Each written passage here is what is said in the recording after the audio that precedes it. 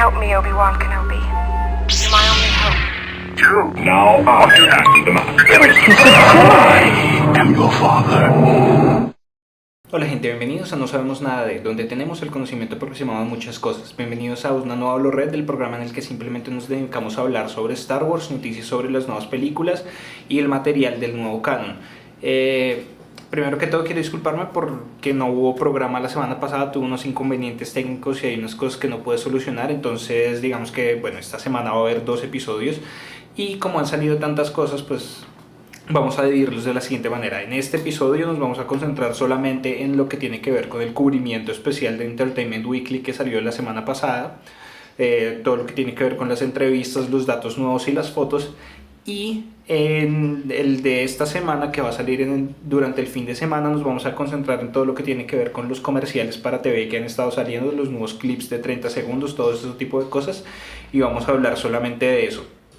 Entonces, bueno, vamos a comenzar. En este programa vamos a tener 3 secciones: el cubrimiento de lo de Entertainment Weekly, los comentarios de ustedes y el review de Smuggler's Run, la novela corta de Journey to the Force Awakens que se concentra en Han Solo y Chewbacca. Entonces, bueno, igual como siempre, allá a la izquierda, a mi izquierda, pueden ver ustedes todos los temas y pueden navegar por ellos como quieran con el sistema de anotaciones. Entonces comenzamos con que empezaron lanzando 4 portadas diferentes, una para Finn con su atuendo de Stormtrooper todavía, otro para Rey con el báculo con el que ella siempre ha salido, uno de Han Solo y otro de C-3PO y Artudito. Las portadas pues en sí no son nada especial, entonces bueno, ahora pasamos a lo que tiene que ver con todo lo que pues toda la información real, la información jugosa de verdad que se vio en la revista.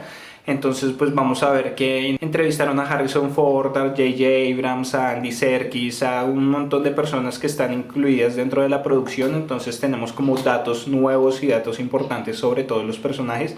Digamos que lo mismo, yo repito, yo no considero nada de esto spoiler porque ellos lo están diciendo y ellos tienen contratos de confidencialidad y ellos saben hasta dónde pueden decir y hasta dónde no pueden decir cosas. Entonces esto como tal no es un spoiler, sino que de pronto puede ayudar a las personas que no saben a prepararse un poco más sobre qué va a salir, sobre cómo van a ver los personajes en esta película. Entonces comenzamos con Han Solo. Han Solo, Harrison Ford dice que no va a cumplir el papel de Obi-Wan, o sea, sí es un personaje viejo, pero no va a cumplir el papel de maestro ni de guía que cumplió Obi-Wan en la película, y que además él no quiere ser un Alec Guinness de la nueva era. Alec Guinness, para los que no lo saben todavía o para los que no lo recuerdan, es el actor que interpretó a Obi-Wan Kenobi en la trilogía original. Entonces Harrison Ford dice que Han Solo obviamente va a ser un personaje diferente porque han pasado demasiados años y que hay elementos emocionales, hay cosas que le pasaron a él que han hecho que él cambie y que sea la persona que es actualmente en el presente de episodio 7. Como lo mencioné en el programa pasado cuando hablé de su entrevista en Jimmy Kimmel, él fue muy vocal al respecto cuando dijo que quería que Han Solo muriera en la trilogía original porque pensaba que era el personaje que estaba menos desarrollado y el personaje que tenía como un desarrollo más superficial, entre comillas. Entonces él quería que su personaje muriera, pero obviamente ahorita está muy entusiasmado porque no lo hayan matado y poder volver a ser Han Solo después de tantos años y ser un personaje con el que está muy entusiasmado. Harrison Ford es una persona que no se involucra mucho cuando las cosas no le gustan, y con todo lo de Star Wars ha estado muy involucrado. Entonces se nota que es un personaje que le ha gustado y es una producción que le ha gustado bastante. Continuamos con Leia, dan menos información de ella, pero la información que dan es bien interesante.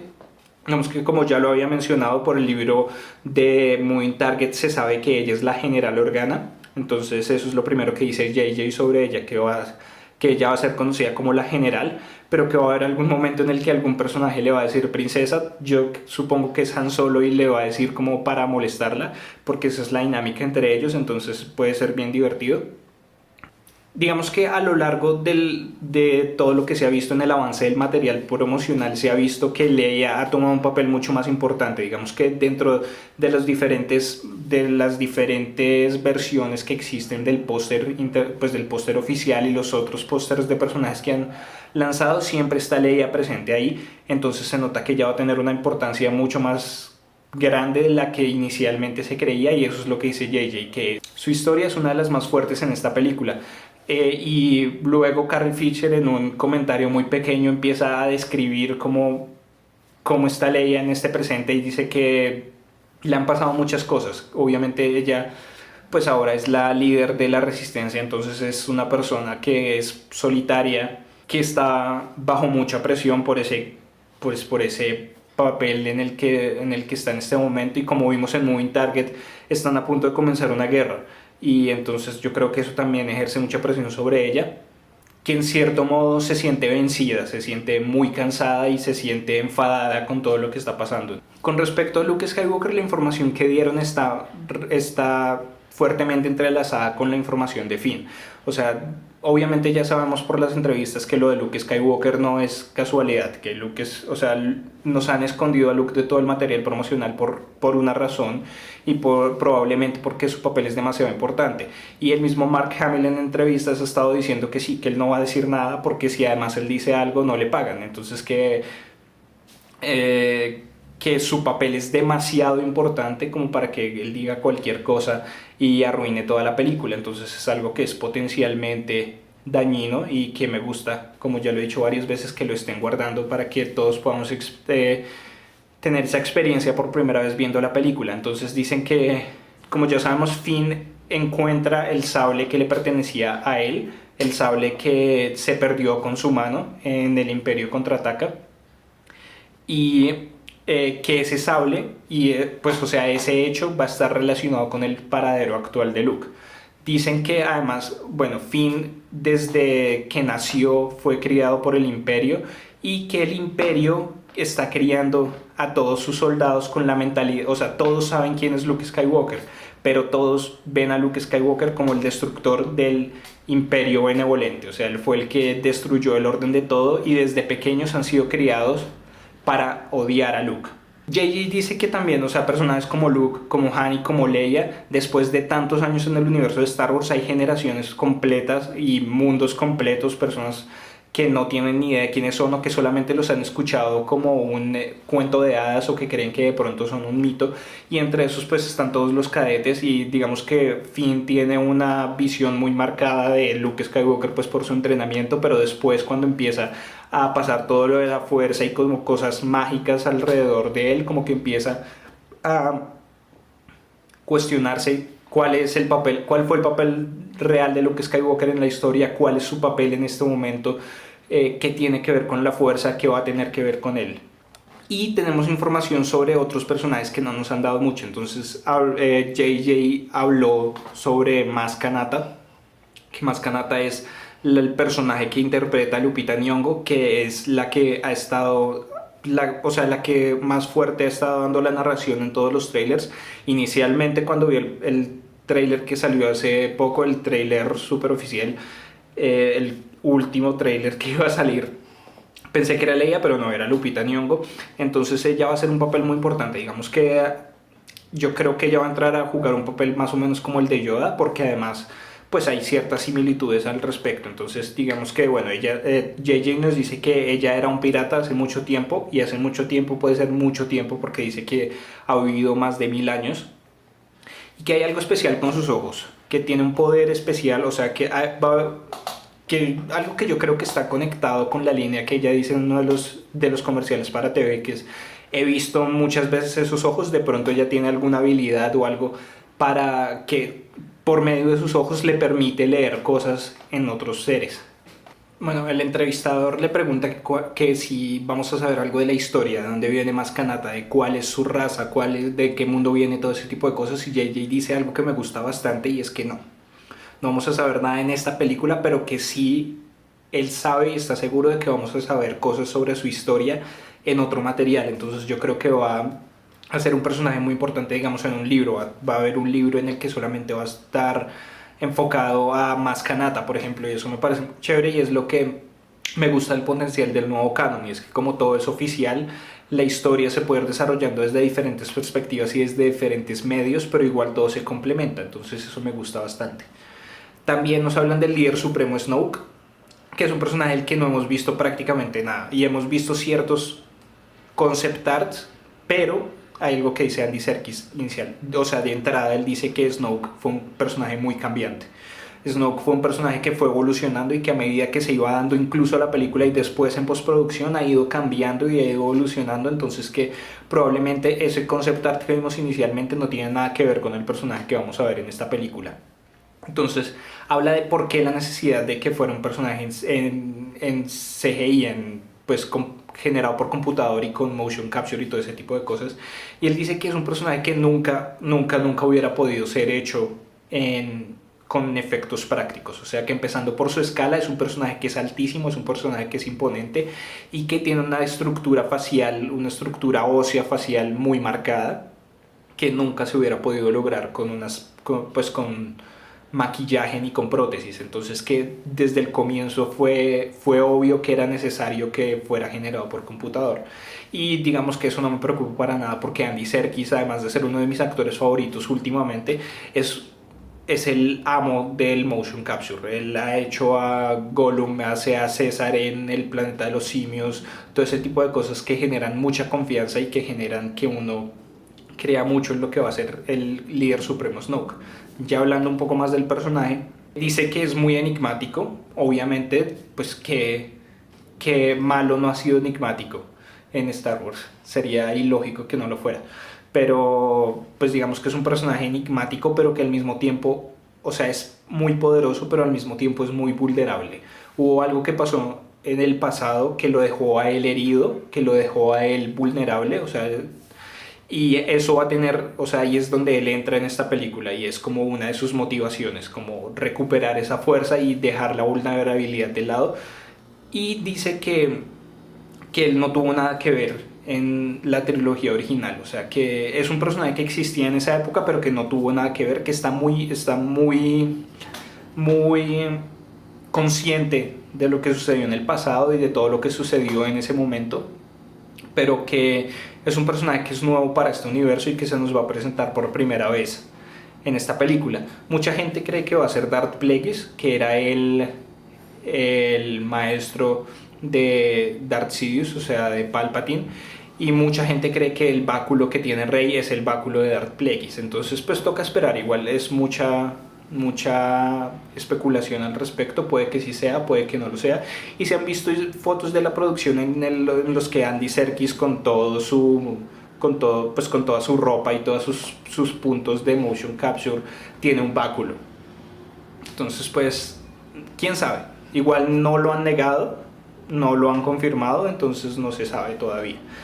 Y para terminar con este cubrimiento, pues nos hablan un poco del general Hux, que es interpretado por Donald Gleason, que es un personaje del que hemos sabido muy poco, o sea, hasta hace relativamente poco fue que vimos las primeras fotos de él. A medida que he ido leyendo el resto del material de canon me he dado cuenta de la estructura general como de poder dentro del imperio y de lo difícil que es para la gente en ese imperio subir de nivel, subir de rango. Y yo creo que eso simplemente se volvió más difícil después de todo lo que sucedió en la trilogía original, y ahora que es la primera orden debe ser aún más complicado que la gente suba al poder. Y el general Hux es una persona de mucho poder, muy joven.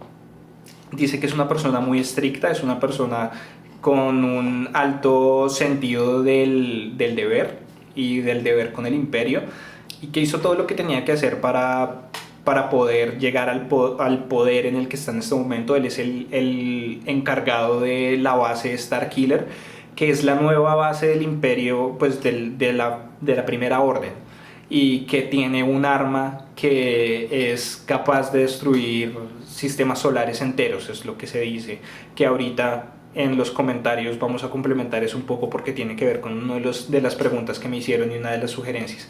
Entonces también revela que la relación del general Hux con Kylo Ren no es exactamente la mejor, están en el mismo bando, pero no comparten los métodos y no comparten los mismos sentimientos. Dice que Kylo Ren es una persona que se guía mucho por la pasión, o sea, es alguien, como por decirlo, más sentimental, y el general Hux es alguien más racional, por decirlo de alguna manera. Entonces no son enemigos, pero no se quieren, no se gustan para nada. Y bueno, digamos que esos fueron los puntos más importantes que me parecieron que trataron en este cubrimiento de Entertainment Weekly la semana pasada. Igual si algo se me pasó, de pronto lo voy a estar mencionando de manera muy rápida en el siguiente episodio. Y bueno, ahora comenzamos con la parte de los comentarios de ustedes. Les repito, me siento muy agradecido de que estén comentando, de que estén participando. Varias personas me escribieron por interno en la página de Facebook preguntando qué había pasado con la Hablo-Red de la semana pasada, entonces digamos que eso me gusta bastante.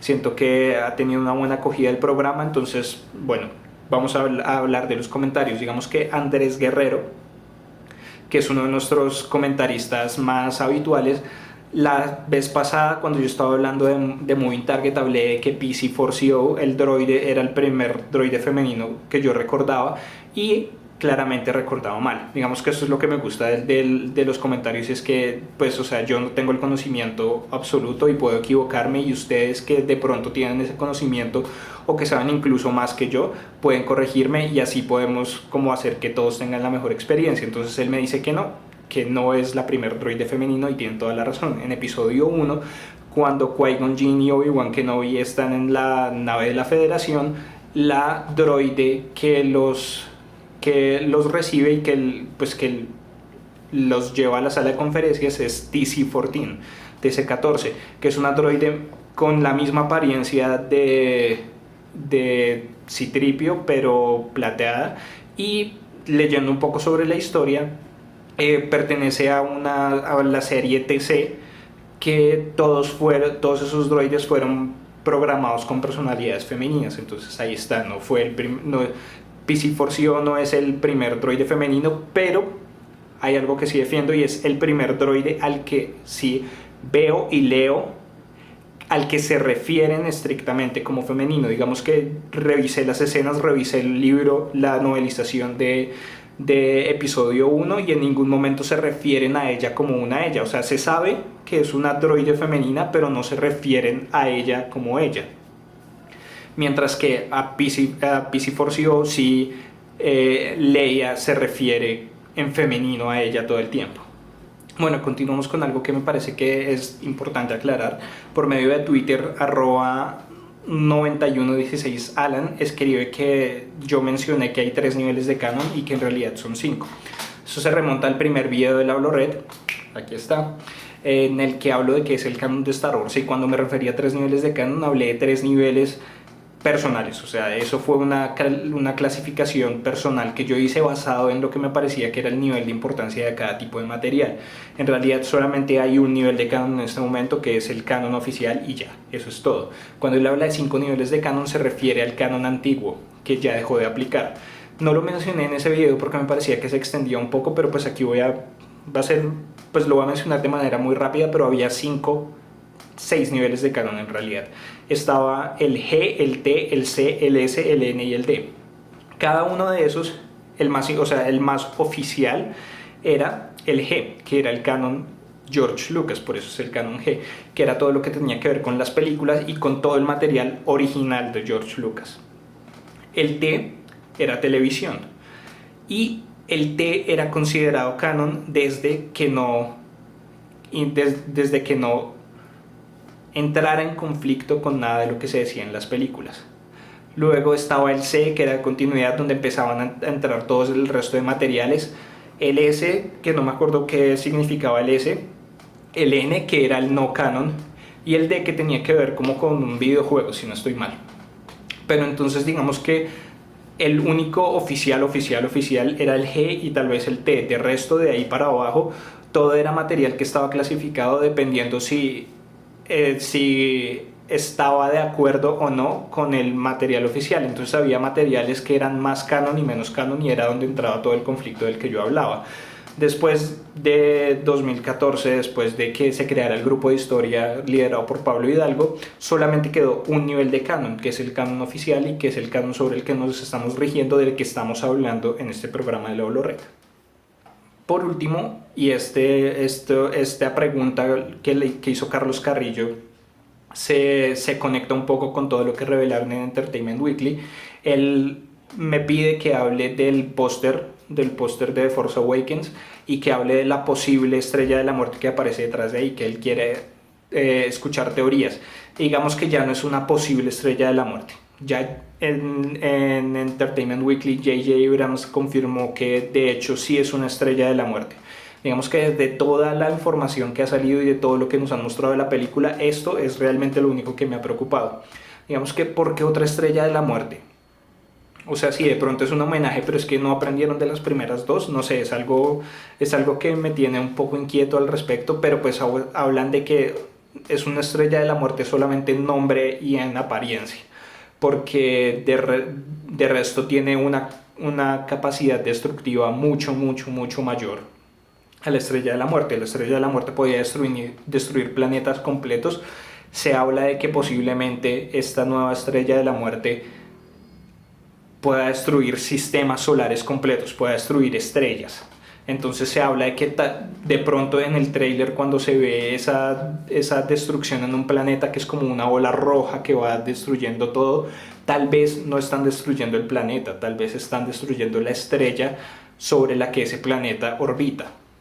Entonces es algo interesante y digamos que bueno, es algo que entra como dentro de todo lo que tiene que ver con la poesía de Star Wars. Hay un video que se llama así, que es la poesía de Star Wars, y habla de cómo hay cosas que se reflejan en las dos trilogías, o sea, cómo basándose en la trilogía original, en la trilogía de las precuelas, George Lucas creó momentos que eran espejo de la trilogía original, y se cree que tal vez en esta trilogía nueva va a haber momentos que van a ser espejos también de la trilogía original.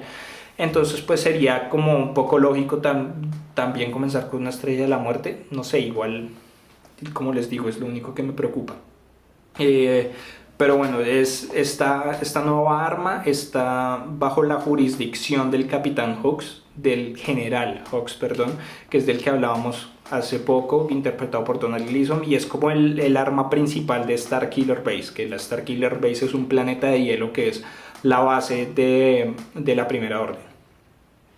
Estos fueron los comentarios de esta semana. Entonces por favor en los comentarios aquí en el video o en nuestro Twitter @no sabemos nada de, o en mi Twitter personal @aywelonen con el hashtag #laulorred, pueden escribirnos sus preguntas, o también por interno en Facebook o en comentarios de Facebook, por el medio que quieran. Aquí como siempre están viendo todos los links y abajo van a encontrar todos los links para que puedan ir a nuestro Twitter, a nuestro fanpage, a todo ese tipo de cosas. Entonces por favor compartan, coméntenlo con sus amigos, todo ese tipo de cosas, para que siga habiendo una discusión que es lo que me parece interesante. Entonces ahora vamos a comenzar con el review de Smuggler's Run, que es otra de las novelas ligeras de Journey to the Force Awakens, el camino al despertar de la fuerza. Si es la primera vez que están viendo el programa, el camino al despertar de la fuerza son libros, cómics o videojuegos, pues o sea, son material externo a las películas que tiene que ver con el despertar de la fuerza, o sea, que nos dan pistas de cómo está el universo en este presente. La semana pasada hicimos el review de Moving Target, que es una historia concentrada en la princesa Leia. Esta semana vamos a hablar de Smuggler's Run, que es una concentrada en Han Solo y Chewbacca. Digamos que en cuanto a lo que tiene que ver con el desarrollo del personaje que hablaba la vez pasada, me parece que hay menos desarrollo de personaje, o sea, hay menos entrada en lo que tiene que ver con la psicología del personaje que con el de Leia. En el de Leia veíamos como todo su remordimiento, como el enamoramiento por Han Solo y todo este tipo de cosas. En este es mucho más de acción, o sea, comparado con eso, es una película, digamos que el de Leia podría ser un drama, este podría ser más, este es totalmente acción. Entonces comienza, al igual que el de Leia, el pasaje inicial y el pasaje final están en el presente, o sea, en el año del episodio 7, y el resto es una historia en el pasado. En este caso es una historia que sucede con Han y Chewie justo después de la batalla de Yavin. Después de una discusión con Leia, Han y Chewie terminan aceptando una misión en la que tienen que ir a un planeta a salvar a un rebelde que tiene toda la información sobre todas las operaciones de la rebelión y que fue interceptado por fuerzas imperiales y está en peligro. Entonces ellos tienen que ir a salvarlo, y alrededor de eso es que toda la historia se desarrolla. Hay cosas bien interesantes. Digamos que hay algo que se llama retcon. Retcon es como ¿cómo decirlo? Es un concepto un poco complicado de explicar. O sea, es como dar información extra sobre cosas que se habían visto, como para reiniciarlas de alguna manera. No es reiniciarlas como tal, sino como para darles un camino diferente. Entonces digamos que al final de episodio 4 veíamos esta ceremonia de premiación en la que Leia le pone a Luke y a Han Solo sus medallas y ya. Y muchas personas se preguntan por qué no se la dieron a Chewbacca. El libro comienza con Chewbacca mirando la medalla que le dieron. Entonces eso es lo que se llama retcon, o sea, como dar información extra como para cambiar cosas de lo que ya había pasado, como para seguir de en adelante la historia. Entonces nos enteramos de que de hecho sí le dieron una medalla a Chewbacca por su papel en la batalla de Yavin, que era algo más que merecido. Y ahí es donde Chewbacca empieza a hablar, o sea, hablan otra vez de la deuda que tiene Chewbacca con Han Solo. Y es, o sea, dicen como entrando, o sea, digamos que en ese sentido entran mucho más dentro de la personalidad y la psicología de Chewbacca que la de Han Solo.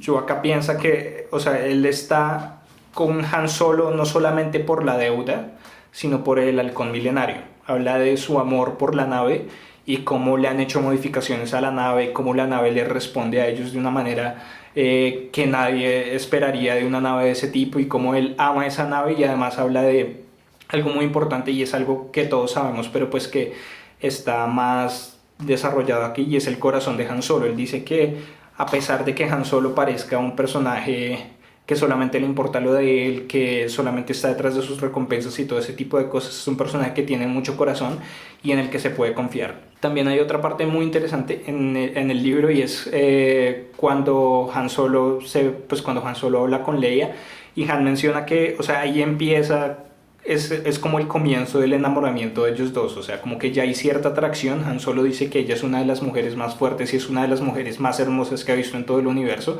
y que eso, viniendo de él, es algo realmente cierto, porque ha visto muchas mujeres alrededor de todos los planetas. Entonces digamos que comienza como esa parte, y él termina aceptando la misión como por un sentimiento un poco de culpa y como de sorpresa por el compromiso que tiene Leia con la causa.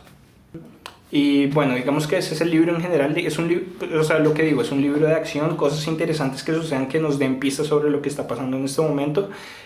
Comienza con Han en un bar contándole una historia como a unos cazarrecompensas, a unas personas que no sabemos exactamente quiénes son, y es ellos están hablando de naves y mencionan el halcón milenario, y Han Solo les habla de esta historia del halcón milenario y de él y Chewbacca. Y cuando vuelve al final, cuando termina la historia, se revela que ellos de hecho son cazarrecompensas que vienen a cazar a Han Solo. O sea, después de 30 años Han Solo sigue teniendo recompensa, sigue teniendo un precio, o sea, sigue habiendo un precio por su cabeza, y siguen persiguiéndole los cazarrecompensas. Inicialmente el relato lo lleva a creer a uno que de pronto Han Solo no está en posesión del halcón milenario, pero después, o sea, cuando acaba, me queda a mí bastante seguro de que él lo tiene. Entonces digamos que eso me hace pensar en la línea del tráiler inicial, cuando él le dice a Chewbacca, estamos en casa. De pronto no se está refiriendo al halcón milenario, de pronto se está refiriendo a su planeta de origen, o se está refiriendo al tiempo que él pasó con Maz Kanata, vivió con Maz Kanata de pronto, y cuando están llegando a la base de Maz Kanata es que él está llegando a su casa. Entonces ahí eso levanta preguntas bien interesantes. Y lo que digo, yo creo que todos estos libros están ambientados en un momento justo antes de lo que va a pasar en la película. Entonces él sale del bar en donde están y se va con Chewbacca, y yo creo que justo, o sea, en ese momento es que ellos van para Jakku. Ellos van en camino a Jakku, o llega información que lo hace ir a él a Jakku. Entonces eso entra dentro de la historia y se conecta directamente con el despertar de la fuerza. Entonces igual, o sea, les recomiendo los libros, son libros bien entretenidos. Este también es un libro muy cortico, que se lee en un día, se lee en 2 días máximo, si se lee pues de manera juiciosa, y digamos que es un acercamiento muy bueno para lectores jóvenes. O sea, si ustedes quieren que sus hijos o personas jóvenes, familiares de ustedes jóvenes, amigos jóvenes, quieren que entren dentro del mundo de Star Wars, me parece que estos libros son un punto de entrada bastante interesante. Lo único malo es que hasta el momento solamente los he encontrado en inglés, no he encontrado ninguna traducción al español. Y ya esta fue la Red de esta semana, pues de esta semana, la primera Red de esta semana. Recuerden que en el fin de semana viene la segunda, hablando de todo lo que tiene que ver con los comerciales de TV y todo el material nuevo que nos han dejado ver. Y muchas gracias si se quedaron al final, como siempre les agradezco. Lo mismo de siempre, comenten los videos, compártenlos, denle me gusta, muéstrenlo a sus amigos, a sus contactos que crean que les interese para que la Red siga creciendo. Y no les prometo nada, pero creo que en el próximo programa vamos a hablar un poco con alguien que pudo ir al evento de lanzamiento de Battlefront, del juego que sucedió este jueves. Entonces pues de pronto vamos a tener eso. Y yo creo que la próxima semana vamos a comenzar con los videos cortos de las biografías de los personajes. Entonces muchas gracias y hasta una próxima oportunidad. Hasta luego. Help me, Obi-Wan Kenobi. You're my only hope. Now, Arjuna, the Master. I am your father.